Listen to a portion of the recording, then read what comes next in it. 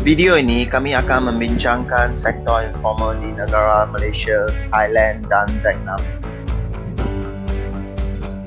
Sektor informal adalah sebahagian aktiviti yang tidak dikenakan cukai atau dipantau oleh kerajaan dan membentuk sebahagian besar daripada ekonomi di negara berbangun.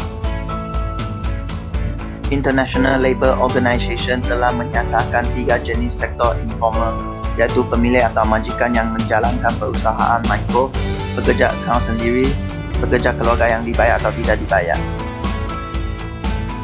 Objektif kajian ini adalah untuk mengenal pasti faktor-faktor dan kesan-kesan kewujudan sektor informal di negara Malaysia, Thailand dan Vietnam dan juga mengkaji langkah-langkah untuk menangani isu-isu tersebut. Di negara Malaysia, faktor-faktor yang mewujudkan sektor informal adalah kemiskinan dan jantina.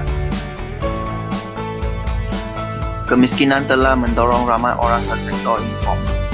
Oleh itu, semakin banyak populasi kemiskinan di negara, semakin banyak ekonomi tidak formal. Sebagai suri rumah tangga, kebanyakan wanita melibatkan diri dalam sektor informal adalah fleksibiliti masa. Berdasarkan statistik ini, populasi wanita di sektor informal semakin banyak.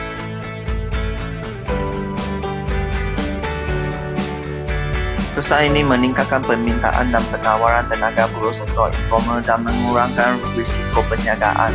Pada tahun 2017, jumlah guna tenaga yang bekerja di Malaysia mencatatkan sebanyak 14 juta orang pekerja. Langkah utama ialah menyediakan latihan usahawan seperti program bimbingan usahawan, program pembangunan usahawan dan latihan dan professional training and education growing entrepreneurs untuk meningkatkan pengetahuan mereka. Di negara Vietnam pula, sistem undang-undang institusi dan kerajaan yang lemah mewujudkan sektor informal.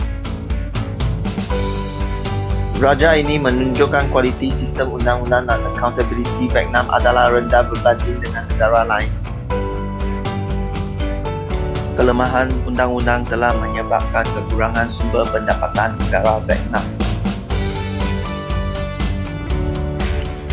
Pada tahun 2016, jumlah kekurangan pengutipan cukai adalah sebanyak 500 juta lebih. Oleh itu, kerajaan Vietnam telah mewujudkan insentif kepada SME untuk mengalahkan orang ramai menceburi bidang sektor formal. Selain itu, kerajaan Vietnam juga memberi subsidi latihan usahawan kepada wanita yang memiliki SME. Antara faktor kewujudan sektor informal dalam Thailand ialah tahap pendidikan yang rendah dan kekurangan kemahiran dalam sektor formal. Sejumlah 39 juta orang bekerja di Thailand dan 24 juta daripada mereka bekerja dalam sektor informal. Berdasarkan jadual ini, bilangan pekerja yang memiliki tahap pendidikan lower than primary adalah paling banyak, iaitu sebanyak 8.9 juta orang. Seseorang bekerja dalam sektor informal biasanya kurangnya kemahiran dalam sektor formal. Selain itu, mereka juga mengalami masalah temubuat untuk mendapat pekerjaan dalam sektor formal. Oleh itu, mereka terpaksa mencari pekerjaan dalam sektor informal dengan gaji yang lebih rendah untuk mencari rezeki.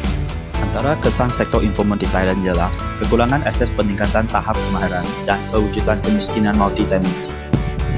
Kebanyakan sektor informal di Thailand menggunakan tahap teknologi yang sederhana. Kelonggaran kemasukan ke dalam sektor informal, maka teknologi yang boleh didapati selalu bertahap, rendah dan terhad berbanding dengan sektor formal. Kewujudan peluang pekerjaan yang tidak formal, tiada pendaftaran yang sah, kurang perlindungan sosial dan berisiko mendapat penyakit jangkit akan ditarif sebagai kemiskinan multidimensi. Untuk menangani isu sektor informal di Thailand, kerajaan perlu membekalkan latihan kerja kepada pekerja sektor informal supaya dapat menceburi pekerjaan sektor informal. Hal ini akan mengurangkan bilangan pekerja dalam sektor informal dan secara tidak langsungnya meningkat GDP negara Thailand. Kesimpulannya, walaupun sektor informal berada di keadaan bayang dalam ekonomi sesebuah negara, dia juga mendatangkan impak positif kepada ekonomi negara pada masa yang sama. Oleh itu, pihak berkenaan perlu sentiasa berganding bahu untuk memerhati masalah dengan menyeluruh dalam sektor informal ini.